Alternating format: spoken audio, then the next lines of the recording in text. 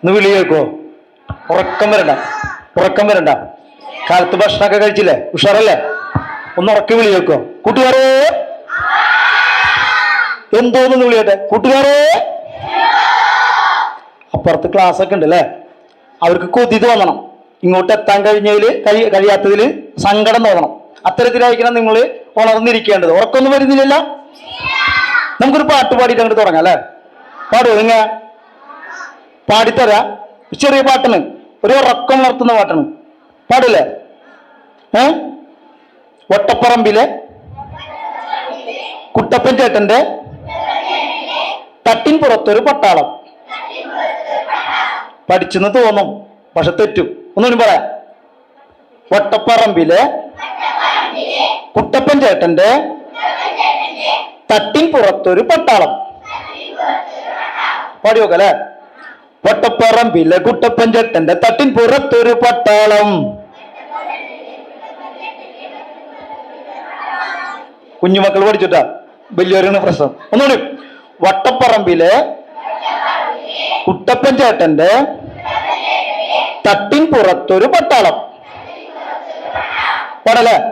വട്ടപ്പറമ്പിലെ കുട്ടപ്പൻ ചേട്ടന്റെ തട്ടിൻ പുറത്തൊരു പട്ടാളം.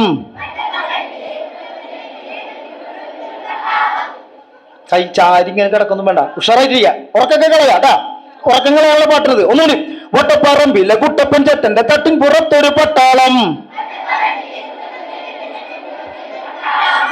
തട്ടണ് മുട്ടണ് തട്ടിപ്പൊളിക്കണ് തട്ടിൻ പുറത്തെലി പട്ടാളം. തട്ടണ് മുട്ടണ് തട്ടിപ്പൊളിക്കണ് തട്ടിൻ പുറത്തെലി പട്ടാളം. വട്ടപ്പറമ്പിലെ കുട്ടപ്പൻ ചേട്ടന്റെ തട്ടിൻ പുറത്തൊരു പട്ടാളം. തട്ടണ് മുട്ടണ് തട്ടിപ്പൊളിക്കണ് തട്ടിൻ പുറത്തെലി പട്ടാളം. Okay okay okay. നമുക്കൊരു കഥ പറഞ്ഞിട്ട് തുടങ്ങിയാലോ? നേരത്തെ ടീച്ചർ പറഞ്ഞ പോലെ എന്തിനാണ് പുസ്തകങ്ങൾ വായിക്കുന്നത്? എന്തിനാണ് കഥകൾ കേൾക്കുന്നത്? എന്തിനാ കഥകൾ കേൾക്കുന്നത്?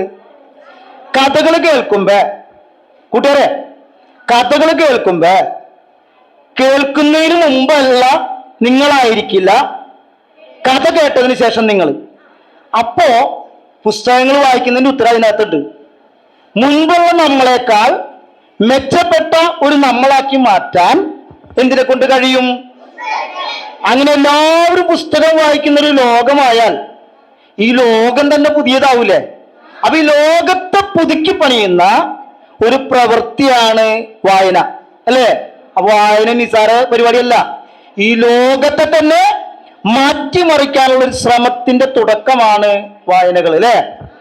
ഒരു കഥ പറയട്ടെ, കുട്ടികളുടെ കഥ. കുഞ്ഞി കുട്ടികളെ പോലെ കേട്ടിരിക്കും നിങ്ങ? മാഷ് ചോദിക്കാനൊക്കെ ഉത്തരം പറഞ്ഞ് കുഞ്ഞി കുട്ടികളെ പോലെ കേട്ടിരിക്കണണ്ട. ഒരു കാട്ടില് ഒരു സിംഹം ഉണ്ടായിരുന്നു. കൂട്ടുകാരെ കേൾക്കണ്ട? ഒരു കാട്ടില് മൂപ്പര വയറ് നിറച്ച ആഹാരം കഴിച്ചിട്ട് വിശ്രമിക്കായിരുന്നു. വയറ് നിറച്ച ആഹാരം കഴിച്ച സിംഹത്തിന്റെ പ്രത്യേകത എന്താണെന്നറിയോ? ഉറക്കം വരും, കൂടാതെ അത് മറ്റു മൃഗങ്ങളെ പിന്നെ വേട്ടയാടൂല. കാരണം അവർ ഭക്ഷണം കഴിക്കാനാണ് വേട്ടയാടുന്നത്. ഭക്ഷണം കഴിച്ച് വയറ് നിറഞ്ഞാൽ പിന്നെ വേറെ ഏതെങ്കിലും മൃഗങ്ങളെ അവർ വേട്ടയാടോ? പക്ഷെ മനുഷ്യന്മാരങ്ങനല്ല, പിന്നെയും കൊന്നിട്ട് ഫ്രിഡ്ജിൽ വെക്കും നാളത്തിന്, അല്ലേ? സിംഹം ഫ്രിഡ്ജിൽ വെക്കുവോ? അപ്പൊ വയറ് നിറച്ച ആഹാരം കഴിച്ച സിംഹം ഒരു മരത്തിന് ചുവട്ടില് വിശ്രമിക്കായിരുന്നു. അപ്പൊ മൂപ്പരാർക്ക് തല വെച്ച് കിടക്കാൻ തലയണൊന്നുമില്ല കാട്ടില്. അപ്പൊ ഒരു മരത്തിന്റെ മുട്ടി വലിച്ചിട്ടിട്ട് അതുമ്മല് തല വെച്ചിങ്ങനെ കിടക്കണം. ആ കിടപ്പൊന്ന് സങ്കല്പിച്ച് നോക്കണം. തല പൊക്കി വെച്ചിങ്ങനെ വാലൊക്കെ ഇങ്ങനെ താഴത്തേക്ക് ഇട്ട് ഇങ്ങനെ ചെരിഞ്ഞാണ് കിടക്കണത്. അത് തന്നെ. ആ സമയത്ത് ഒരു കുഞ്ഞു മുയൽ അവിടെ ഒക്കെ ചാടി നടക്കുന്നുണ്ട്. മൂപ്പരാൻ എന്തിനെ കണ്ടു? സിംഹത്തിനെ കണ്ടപ്പോ വിചാരിച്ചു തന്നെപ്പോലെ തന്നെ ഒരു മുയലാണ്, വലിയ മുയലാണെന്ന് വിചാരിച്ചു. മുയൽ അവിടെ ചാടി നടന്ന് പെട്ടെന്ന് സിംഹത്തിന്റെ അപ്പുറത്തേക്ക് ഒരു ചാട്ടം വെച്ചു കൊടുത്തു. കൂട്ടുകാരെ, പിറകിലുള്ള കൂട്ടുകാരെ കേൾക്കണില്ലേ? സിംഹത്തിന്റെ അപ്പുറത്തേക്ക് ഒരു ചാട്ടം വെച്ചു കൊടുത്തു.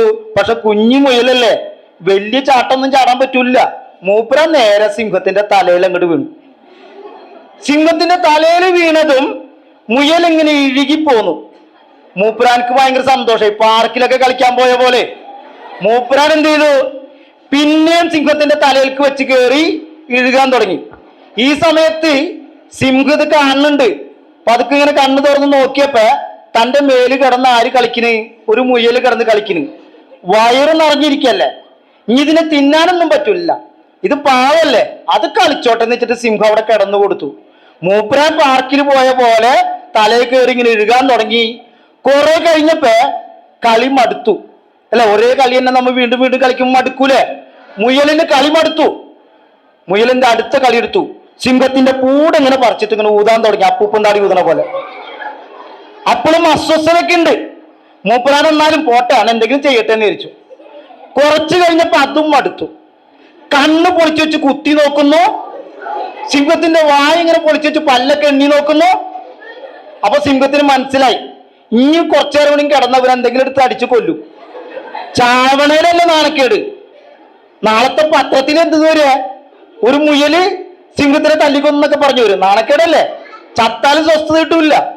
അപ്പൊ സിംഹം വിചാരിച്ചു ഇവനൊന്ന് പേടിപ്പിച്ച് ഓടിക്കാന്ന് വിചാരിച്ചു. കിടന്ന കിടപ്പില് സിംഹം ഒരു ഗർജനം മുഴക്കി. പക്ഷെ പാതി വഴിയിൽ ഉറക്കപ്പിച്ചലല്ലേ, പാതി വഴിയിൽ അതൊരു കോട്ടുവായി മരം ഉറച്ചു വന്നു. ഇതോടുകൂടി മുയലിന് സന്തോഷമായി. തന്നെ കളിപ്പിക്കാൻ വേണ്ടി സിംഹം എന്തോ ഒച്ച വെച്ചാന്ന് വെച്ചിട്ട് കൈയൊട്ടിച്ചിരിക്കാൻ തുടങ്ങി. സിംഹത്തിനാണെങ്കിൽ ആകണം നാണക്കേടായി. കാട്ടിലെ രാജാവായ സിംഹത്തിനൊരു കുഞ്ഞു മുയൽ കളിയാക്കണ്. സിംഹം എന്ത് ചെയ്തു? അഭിമാനക്ഷതം വന്നപ്പോ ചാടി എഴുന്നേറ്റ് ഉറക്കൊക്കെ കളഞ്ഞ് വലിയ വായിൽ ഒരു ഗർജനം മുഴക്കി. കാട് നടുങ്ങി വിറച്ചു. മുയൽ പേടിച്ച് കരയാൻ തുടങ്ങി. കുറച്ചേരം കരയട്ടെ എന്ന് വെച്ചു. കുറെ കഴിഞ്ഞിട്ട് കരച്ചില് നിർത്താണ്ടായപ്പോ സിംഹത്തിന് പേടിയായി. നാട്ടുകാരെന്തെങ്കിലും പറയില്ലേ കുഞ്ഞിക്കിടാങ്ങളെ കരയിപ്പിച്ചെന്നും പറഞ്ഞിട്ട്. സിംഹം പറഞ്ഞു മതിയുടെ നിർത്തടാന്ന് പറഞ്ഞു. നമ്മൾ കരഞ്ഞുകൊണ്ടിരിക്കുമ്പോ അച്ഛനമ്മയെ സമാധാനിപ്പിച്ചു തുടങ്ങിയുള്ള അവസ്ഥ എന്താണ്? നമ്മുടെ കരച്ചിൽ കുറച്ചും കൂടി ഉറക്കോ? സമാധാനിപ്പിച്ചോടുകൂടി മുയലിന്റെ കരച്ചിൽ ഉറക്കായി. ഇത് എവിടെ തൊട്ടാലും ഓഫാവേ, വായ പിടിച്ച് കടിക്കിന്. സിംഹം എന്ത് ചെയ്തു? ഒരു രക്ഷയില്ലാണ്ടായപ്പോ സിംഹം മുയലിനെടുത്ത് തോളത്തിട്ടിട്ട് ചന്തീമിൽ ഇങ്ങനെ കൊട്ടാൻ തുടങ്ങി. കുറെ കഴിഞ്ഞപ്പോ കരച്ചിലൊന്നും കേൾക്കണില്ല. ഇതെങ്ങാണ് ആന്തി ചത്ത എന്ന് വെച്ചിട്ട് നോക്കിയപ്പോ മുയല് കിടന്ന് സിംഹത്തിന്റെ തോളത്ത് കിടന്ന് വായ നേത്തായെ കൊലിപ്പിച്ച് നല്ല ഉറക്കായി. സിംഹം വിചാരിച്ചു ഈ സാധനത്തിന് ഇങ്ങനെ കൊണ്ടടക്കാൻ നടക്കില്ല, ഇതിനെ താഴ്ത്ത് കിടത്താന്ന് വെച്ചിട്ട് താഴ്ത്ത് കിടത്തി. സിംഹം പതുക്കെ അങ്ങോട്ട് വലിഞ്ഞു. കുറച്ചങ്ങോട്ട് നടന്നപ്പോ സിംഹത്തിനൊരു ആശങ്ക. എന്താണെന്നറിയാം? ഈ സാധനത്തിനെ ഇവിടെ നിന്ന് ആരെങ്കിലും എടുത്തുകൊണ്ടുപോയാലും ആരെ പേരാക്കും? സിംഹത്തിന്. അല്ലാണ്ട് തന്നെ കുറെ ചീത്തപ്പേര് നമുക്ക് ഉണ്ട് അല്ലെ. ഇതും കൂടി വേണ്ടല്ലെന്ന് വെച്ചിട്ട് സിംഹം അവിടെ കാവലിരുന്നു. കുറെ കഴിഞ്ഞപ്പോ മുയൽ അങ്ങോട്ട് എഴുന്നേറ്റ് കയ്യും കാലൊക്കെ പൊക്കിയിട്ട് ഒറ്റ കരച്ചിൽ. എനിക്ക് വിശക്കണേന്നും പറഞ്ഞൊരു കരച്ചിൽ. സിംഹം, ലോകത്തിലൊരു സിംഹവും ഇതുവരെ മറ്റൊരു ജീവിയുടെ കരച്ചില് അല്ലെ, എന്തിന്റെ കരച്ചില്? വിശപ്പിന്റെ കരച്ചില് കേട്ടിട്ടില്ല. ഈ സിംഹത്തിന് എന്ത് ചെയ്യണമെന്ന് വെപ്രാളായി. എന്ത് ചെയ്യും ഇവനക്ക് വിശപ്പ് മാറ്റാനായിട്ട്? നമ്മളെ എന്തിട്ടിരിക്കണേ?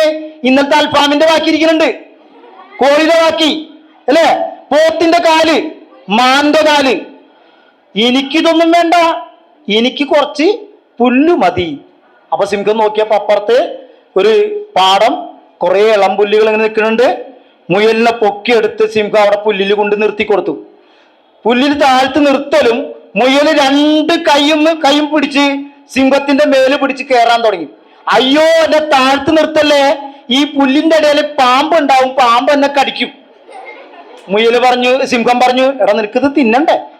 തിന്നണം, അന്നൊക്കെ തൊച്ചിട്ട് കുറേശ്ശെ പിച്ച് തന്നാ മതി. സിംഹം വലിയ രാജാവാണെന്നൊന്നും പറഞ്ഞ ഈ സാധനത്തിന് മനസ്സിലാവാൻ പോണില്ല. സിംഹം എന്തായാലും ഗതികെട്ട്. സിംഹം എന്ത് ചെയ്തു? മുയലിനെ തോളത്ത് വെച്ച് കുറേശ്ശെ പുല്ല് പിച്ചി വായിൽ വെച്ചു കൊടുത്തു. കുറെ കഴിഞ്ഞപ്പോ വയറ് നിറഞ്ഞു. ഹേമ്പൊക്കെ വിട്ടിട്ട് വീണ്ടും കരച്ചിൽ. ഇരിക്കെന്റെ അമ്മനെ കാണണേന്നും പറഞ്ഞ് കരച്ചിൽ. സിംഹത്തിന് പറഞ്ഞു ഇനി വലിയ തത്വങ്ങൾ പറഞ്ഞിട്ട് കാര്യമില്ല, എടാ നിന്റെ അമ്മ എവിടെയും? അപ്പൊ ഒരു ഗുഹ കാണിച്ചു കൊടുത്തു. ആ ഗുഹയിലാണ് എൻ്റെ അമ്മ. സിംഹം മുയലിനെ തോളത്ത് വെച്ച് പോണ വഴിക്ക് കഥകളൊക്കെ പറഞ്ഞു കൊടുത്ത്, ഞങ്ങൾ കളിക്കുന്ന ഗ്രൗണ്ടാണ്, കുളിക്കണ കൊള്ളണമെന്നൊക്കെ മുയൽ ഇങ്ങനെ പറഞ്ഞു കൊടുക്കുന്നുണ്ട്. ഇതൊക്കെ കേട്ട് മൂളി സിംഹവും മുയലും കൂടി യാത്രയായി ഗുഹയുടെ വാതിക്കെ ചെന്ന് മുട്ടി. വാതിൽ തുറന്ന് മുയലമ്മ സിംഹത്തിനെ കണ്ട് പേടിച്ചിങ്ങനെ നിൽക്കാണ്. വിറച്ചുകൊണ്ട് നോക്കിയപ്പോ സിംഹത്തിന്റെ തോളത്ത് ആരിയിരിക്കുന്നു? തന്റെ മോനിരിക്കുന്നു. സിംഹം ഒന്നും മിണ്ടാണ്ട് മുയലമ്മയ്ക്ക് ഈ മുയൽ കുഞ്ഞിനെ അങ്ങോട്ട് കൊടുത്തു. തിരിച്ചു പോരും വഴി ഒന്ന് തിരിഞ്ഞു നോക്കിയിട്ട് പറഞ്ഞു, ഇമാതിരി സാധനങ്ങൾ അധികം പുറത്തു വിടണ്ടട്ടാന്നും പറഞ്ഞിട്ട് പോകും. ഇതൊരു കഥയല്ല മക്കളെ. പക്ഷെ കഥയ്ക്ക് മുമ്പുള്ള സിംഹമാണോ കഥയ്ക്ക് ശേഷമുള്ള സിംഹം? അല്ല. ഇതുപോലെ നമുക്ക് സമൂഹം കൽപ്പിച്ചിരിക്കുന്ന, വീട്ടിൽ നിന്ന് കിട്ടുന്ന, നാട്ടിൽ നിന്ന് കിട്ടുന്ന, സ്കൂളിൽ നിന്ന് കിട്ടുന്ന കുറെ മുൻവിധികളെ, നമ്മുടെ ലോകത്തെക്കുറിച്ച് ചില മുൻവിധികളുണ്ട്. റോഡിനെ കുറിച്ച്, കാടിനെ കുറിച്ച്, നാടിനെ കുറിച്ചൊക്കെ ഉള്ള മുൻവിധികളുണ്ട്. ഈ മുൻവിധികളെ അപ്പാടെ തകിടം മറിക്കാൻ ഏതിനെ കൊണ്ട് പറ്റും? വായനയെ കൊണ്ട് പറ്റും, കഥകളെ കൊണ്ട് പറ്റും. അല്ലെ കൂട്ടുകാരെ? പറ്റൂലേ? ആടുജീവിതം എന്ന് പറഞ്ഞൊരു പുസ്തകമുണ്ട് അല്ലെ, സിനിമയൊക്കെ ആയിട്ട് വന്നിട്ടുണ്ട് അല്ലെ. സിനിമയിൽ കണ്ടതിനേക്കാൾ അപ്പുറം ഒരു വായന ആ പുസ്തകത്തിനുണ്ട്. സിനിമ നന്നായിട്ടുണ്ട്. പക്ഷെ പുസ്തകം വായിക്കുമ്പോ ചില അനുഭവങ്ങൾ പറയുന്നുണ്ട്. കേൾക്കണ്ട പക്ഷെ